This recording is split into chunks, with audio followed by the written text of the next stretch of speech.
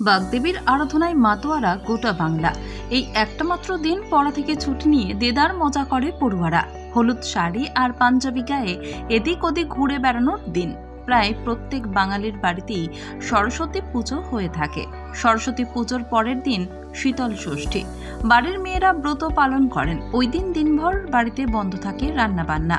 আগের রাতের রান্না করা গোটা সেদ্ধ খান তারা। কিন্তু কেন যুগের পর যুগ ধরে সরস্বতী পুজোর পরের দিন পালন করা হয় শীতল ষষ্ঠী? কেনই বা গোটা সেদ্ধ খান অনেকে?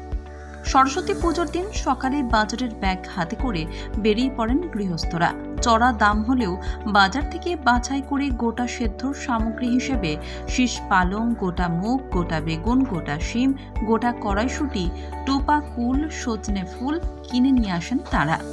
পুজো মিটে গেলে বিকেলের দিকে পরিষ্কার হাঁড়িতে শুরু হয় গোটা রান্না। কোনো সবজি না কেটেই হাঁড়িতে দিতে হয়। তাই তো গোটা সেদ্ধ নামেই পরিচিত এই রান্না। সেদ্ধ হয়ে গেলেই গোটা রান্না শেষ।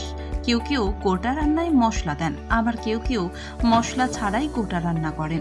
সরস্বতী পুজোর পরের দিন সকালে ষষ্ঠীর তিথিতে হয় ষষ্ঠী পুজো। তারপর ফুল প্রসাদ দিয়ে বাড়ির শিলনোড়ার পুজো হয়।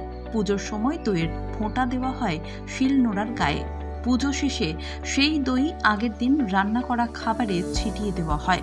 এদিন কিন্তু সকাল থেকে বাড়িতে আগুন জ্বালানো হয় না। অনেকটা অরন্ধনের মতো এই পার্বণ নিয়ে সরস্বতী পুজোর পরের দিন বেশ একটা অন্য আবহ তৈরি হয়।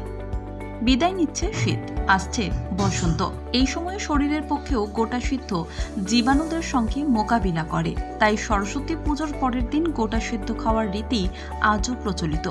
বর্তমানে কর্মব্যস্ত বাঙালি যদিও এই রীতি ভুলতে বসেছে, তবে হলপ করে বলা যায় বাড়ির মা ঠাকুমাদের হাতে তৈরি গোটা সিদ্ধ একবার খেলে সেই স্বাদ আপনি জীবনেও ভুলতে পারবেন না।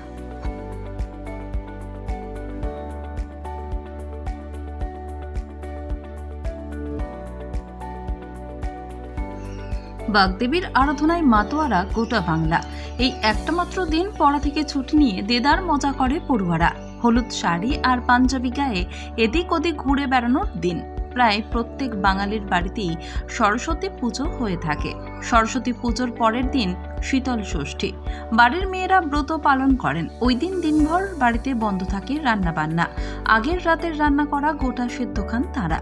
কিন্তু কেন যুগের পর যুগ ধরে সরস্বতী পুজোর পরের দিন পালন করা হয় শীতল ষষ্ঠী? কেনই বা গোটা সেদ্ধ খান অনেকে? সরস্বতী পুজোর দিন সকালে বাজারের ব্যাগ হাতে করে বেরিয়ে পড়েন গৃহস্থরা।